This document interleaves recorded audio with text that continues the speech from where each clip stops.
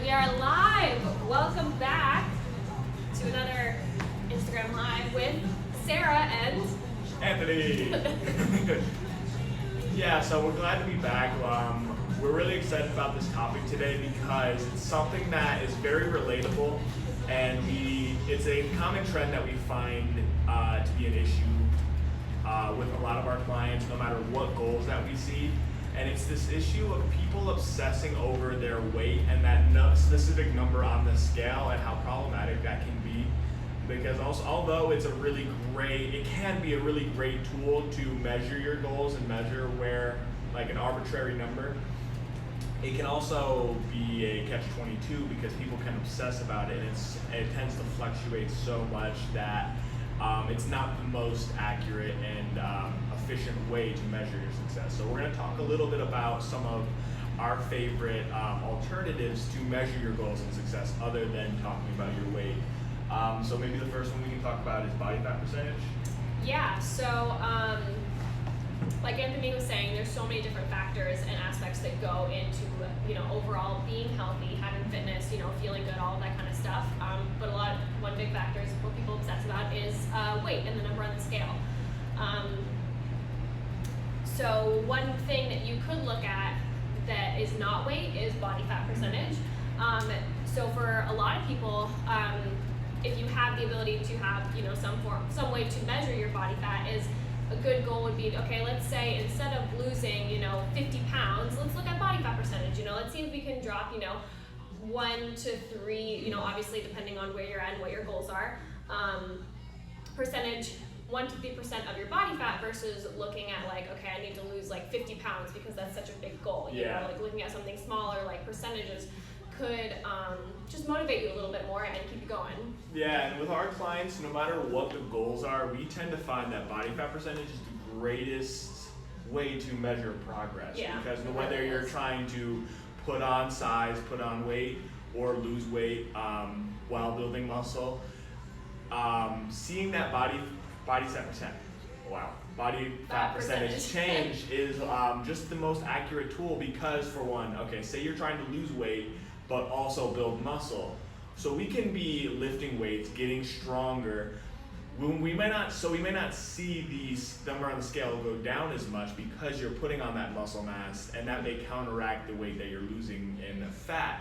So, but if we have that number to look at of the body fat percentage, we can see that going down while the muscle percentage is going up, then we know that we're doing the right thing, and that we know that we're on the right track. So no matter what your goals, doing your body fat percentage, whether that's on an in-body or even if you want to go old school with skin calipers, that's a little bit trickier, but that's also a really great tool as well. So let's talk a little bit about muscle mass. Yeah, so so backtrack. So a lot of people's primary goal is to put on muscle, decrease fat, right? So when you're going through that process of putting on muscle, of gaining strength and stuff like that, your weight's going to fluctuate, and putting on muscle mass might require your weight to go up a little bit. And that's not necessarily a bad thing. It just means that your weight's going to fluctuate over time as you work towards your body composition goals. And using something like seeing how much muscle you're putting on is another great way to just measure how much progress you're making. Yeah, and the funny thing is with putting on muscle and putting on gaining strength is that you're actually going to need to eat more. And that's something that people really struggle with and just conceptualize because for a lot of people. Because when you start to put on muscle, so the reason is that muscle is always very metabolically active. So even when you're sleeping, you're burning calories through your muscles working. So the more muscle you have, the more calories you need to consume. The more you can eat. So someone who is a bodybuilder may need to consume 8,000 calories a day. You see those crazy things like The Rock, right?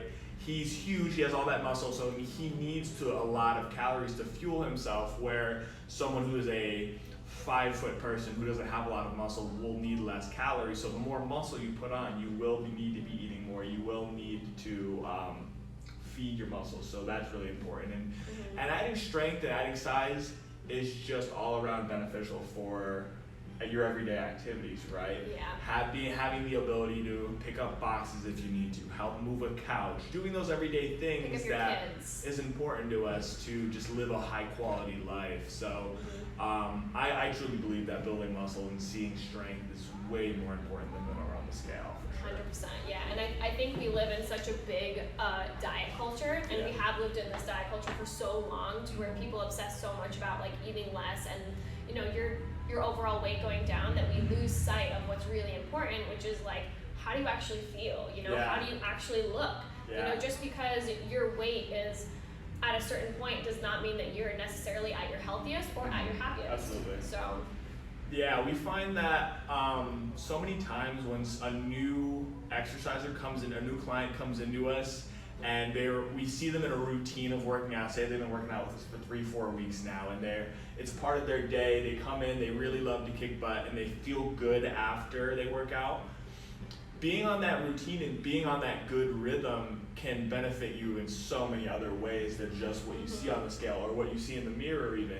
It'll increase your mood, it'll increase your confidence, it'll increase your energy, increase benefits of your home life. You have another activity, a hobby to practice the hard work and commitment of something. So I think the intangible benefits of exercise can't be understated, right? Like Correct, there are so many, and it's just so beneficial. And even if you're on a hot roll of working out and you may not be seeing the results, you can still look inward and look at those intangibles and know that, okay, right now I'm at a little bit of slump losing weight, but I know that I'm way more productive at work. I can run around and play with my kids more, and just a number of other intangibles like that. So for sure, that can't be so important for sure. Yeah, and just looking at things like you said, like your mood and like how do you actually feel?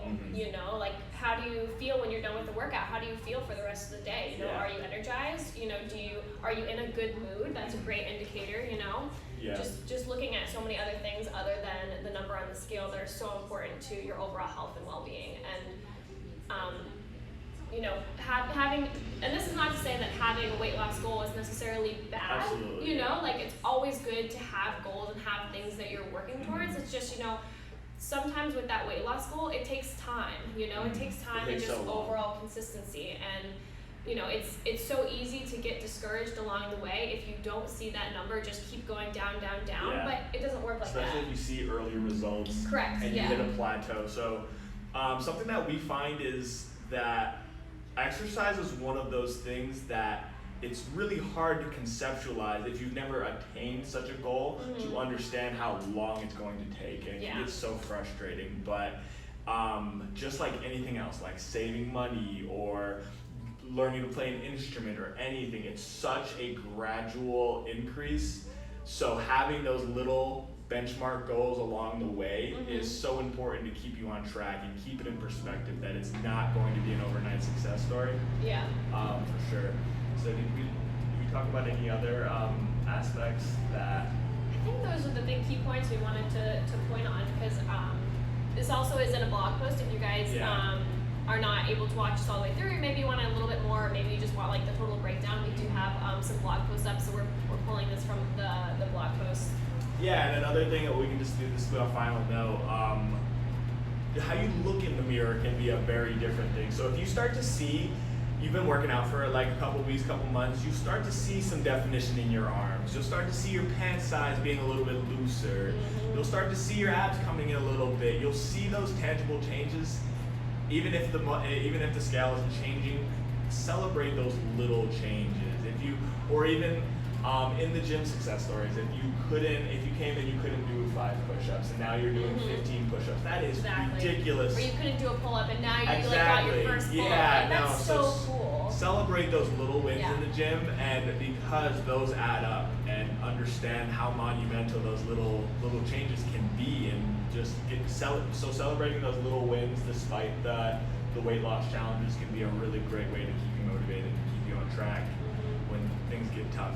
So you will get to your weight loss goals, whatever they are, but sometimes it takes time, and finding those little ways to just keep yourself motivated and keep yourself consistent and in the groove, you know, it makes all the difference Absolutely. in the long run.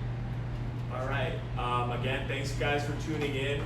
Thanks guys for watching. Please send us any feedback that you might have. We love questions. We love comments.